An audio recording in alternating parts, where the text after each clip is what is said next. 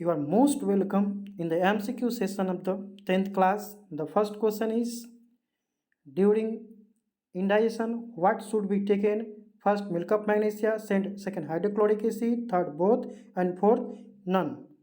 ठीक है, तो इंडाइजेशन केस में क्या हमें लेना चाहिए? तो इंडाइजेशन में केस में क्या होता है, हमारे स्टोमक में एसिड का फॉर्मेशन हो जाता है। ठीक है, तो एसिड के इफेक्ट को ख़त्म करने के लिए हमें बेस लेना पड़ेगा। ठीक है, ताकि एसिड और बेस रिएक्ट करके न्यूट्रलाइजेशन रिएक्शन हो जाएगा और एसिड के इफेक्ट को ख़त्म कर देगा।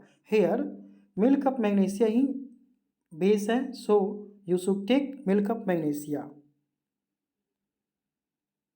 Second question is, what is the formula of milk of magnesia? Milk of magnesia का फॉर्मूला क्या होता है?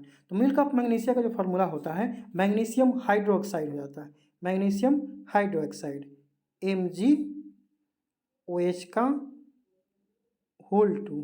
ठीक है, MgOH का होल 2 हो जाता है। ठीक है, तो मिल्क ऑफ मैग्नीशिया का जो फॉर्मूला हो जाएगा magnesium hydroxide. Answer will be the first. Third question है, tooth decay after when pH of mouth is lower than 5.5, 3.5, 7 and 7.5।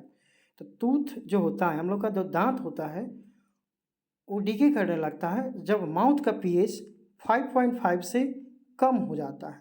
तो 5.5 से कम हो जाएगा तो हमारा टीथ डिके करेगा। That's why answer will be first. Fourth question है, hardest substance in our body, enamel, thigh bone, skull, teeth. तो हमारे शरीर में जो हार्डेस्ट सब्सटेंस होता है वो कौन सा होता है?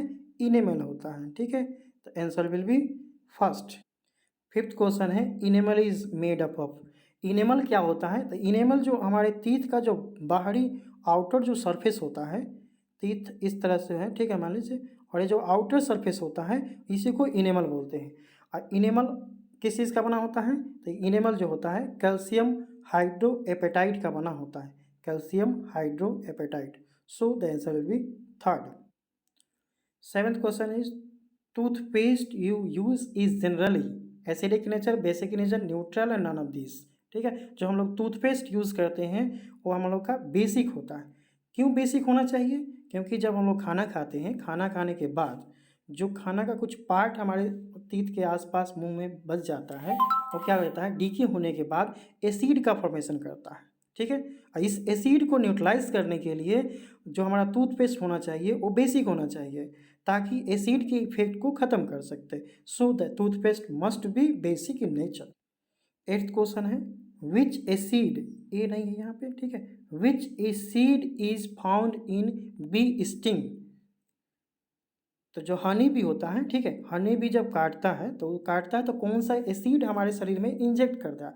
Formic acid, lactic acid, oxalic acid, methanoic acid. ठीक है, तो जो हनी बी स्टिंग जो होता है ना, वो हमारे शरीर में मेथेनोइक एसिड को इंजेक्ट करता है। So the answer will be fourth, methanoic acid. Ninth question है, what should be use in the case of honey bee stone.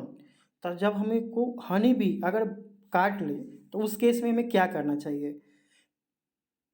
Hydrochloric acid का यूज़ करना चाहिए, या सल्फ्यूरिक एसिड का यूज़ करना चाहिए, या बेकिंग सोडा का यूज़ करना चाहिए, इसी में से कोई किसी भी का यूज़ कर लेना चाहिए। तो होता क्या है, जब हनी भी काटता है तो एसिड हमारे शरीर में इंजेक्ट करता है। ठीक है, तो एसिड के इफेक्ट को न्यूट्रलाइज करने के लिए हम हमेशा क्या लेंगे? बेस लेंगे। मतलब बेस उस जिस अफेक्टेड एरिया होगा जहाँ पे काटा है उसके चारों तरफ बेस का यूज़ करेंगे, उसके चारों तरफ बेस को यूज़ कर लेंगे। ठीक है, तो यहाँ हाइड्रोक्लोरिक एसिड है, ये एसिड का यूज़ कर नहीं सकते हैं, सल्फ्यूरिक एसिड का यूज़ कर नहीं सकते हैं। सो बेकिंग सोडा होता है वो बेस होता है, so the use baking soda around the affected area. 10th and last question of the series is, stinging hair of nettle leaves inject which acid. तो नेटल लीफ जो होता है ना, वो इंजेक्ट होता है तो कौन सा एसिड हमारे शरीर में इंजेक्ट कर लेता है? Carboxylic acid, organic acid, methanoic acid, hydrochloric acid.